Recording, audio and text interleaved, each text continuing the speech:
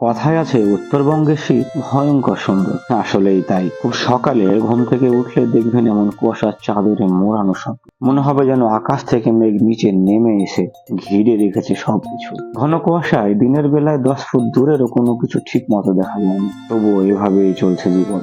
যারা দেশের উত্তর পশ্চিম অঞ্চলে বসবাস করেন অথবা শীতের সময় উত্তর অঞ্চল কখনো ঘুরতে গিয়েছেন, তারা খুব ভালোভাবে জানেন উত্তর অঞ্চলের শীত সম্বন্ধে। দেশের অন্যান্য অঞ্চলের চেয়ে উত্তরবঙ্গে, বিশেষ করে রাজশাহী এবং রংপুর বিভাগে শীতের প্রকোপ খুবই বেশি। ভিডিওটি কেমন হলো তা জানাতে অবশ্যই ভুলবেন না। জাযাকাল্লাহ খায়ের।